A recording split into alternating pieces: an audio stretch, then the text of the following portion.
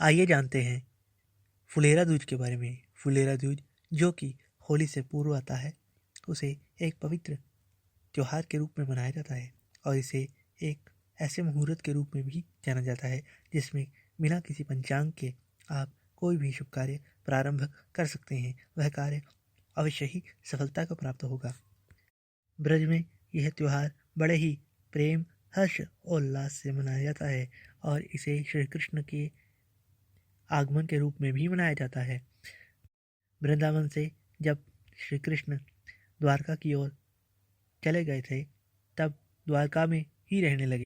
वहाँ जाकर जब वो वापस ना लौटे तो ब्रज की गोपियाँ, गोप, ग्वाले, गाय, उनके बछड़े, नदी सब अपना संतुलन खो और दुखी होकर रहने लगे थे। वह प्रतिपल श्री कृष्ण को स्मरण किया करते थे और मन ही मन रुदन भी किया करते थे। श्री कृष्ण के जाने के पश्चात अर्थात ब्रज के जो भी पेड़ पौधे थे, लताएं, सब सूखने लगे थे। वह जो भी हरे भरे भी थे वो भी अपना संतुलन खो ही रहे थे।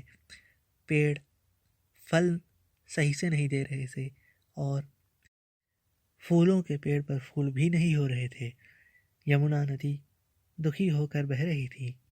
कई कुंडों का जल भी सूख रहा था और ब्रज की धरती भी बड़ी ही दुखी थी, क्योंकि उन्हें श्री कृष्ण का स्पर्श नहीं प्राप्त हो रहा था। श्री कृष्ण का स्पर्श पाने हेतु गोपियां भी दुखी थी और उनकी माता यशोदा, जो कि श्री कृष्ण के चिंता में ही लगी रहती थी, उनकी याद में, उनकी स्मरण में ही अपना दिन रात्रि व्यतीत किया करती थी। तब एक समय श्री कृष्ण के यहाँ द्वारका में श्री नारद जी पधारे। श्री कृष्ण ने उनका स्वागत सत्कार किया। आवभगत करने के पश्चात उन्हें भोजन भी करवाया और फिर उनसे पूछा कि हे नारद जी, आपका यहाँ आगमन कैसे हुआ। तब श्री नारद जी ने बताया कि हे प्रभु, ब्रज में सभी दुखी हैं। वहाँ के गोप, ग्वाले, पेड़ पौधे, नदी, सब कुंड बहुत ही दुखी होकर रह रहे हैं। कुंड सूख रहे हैं। यमुना जी भी बहुत ही दुखी हैं। यमुना जी के साथ साथ वहाँ आपकी माता भी अत्यंत दुखी हैं। आपके माता पिता भी दुखी हैं। कृपा कर ब्रज में जाकर उन्हें सुख पहुँचाएं। प्रभु, मेरी ये विनती माने। उन्हें जो भी दुख है उनका दुख दूर कीजिए। उनका दुख केवल आप ही दूर कर सकते हैं। हे प्रभु, हे नाथ, कृपा कर ब्रज पधारें और वहाँ जाकर उन्हें अपने आगमन से आनंद, परमानंद की प्राप्ति करवाएं। तब श्री कृष्ण जी ने नारद जी के आग्रह को स्वीकार कर कहा, हे नारद जी, मैं अवश्य ही ब्रज जाऊंगा और वहाँ उनसे मिलूंगा। सभी को सुख पहुँचे ऐसा ही करूंगा। तब श्री कृष्ण के आगमन की सूचना जब श्री कृष्ण द्वारका से निकले तब ब्रज में जा पहुँची।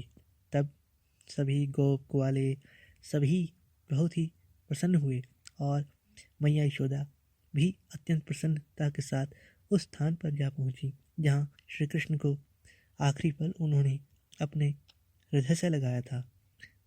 तब वहाँ पहुँचकर वह उनका स्पर्श पाने के लिए व्याकुल हो रही थी। अपने पुत्र को निहारने के लिए वह वहाँ जा पहुँची। तब श्री कृष्ण आए और श्री कृष्ण और माता यशोदा का मिलन हुआ और उसी स्थान को आज से पूर्व मामिली के नाम से जाना जाता था और अब मावली के नाम से जाना जाता है।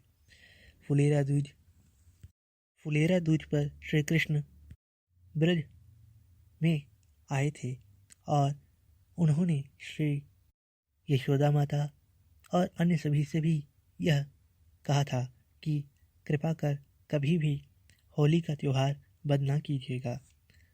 और उन्होंने यह आशीष भी प्रदान किया कि जो भी फुलेरा दूज को कोई भी शुभ कार्य करेगा उसका कार्य बिना किसी पंचांग देखे ही हो सकेगा। अर्थात इस तिथि में किसी भी पंचांग की देखने की आवश्यकता नहीं है। और उसी संध्या को श्री कृष्ण ने गोपियों के साथ और ब्रजवासियों को भी साथ लेकर होली की शुरुआत करते हुए फुलेरा द्विज में होली ही की तरह फुलेरा द्विज भी मनाई।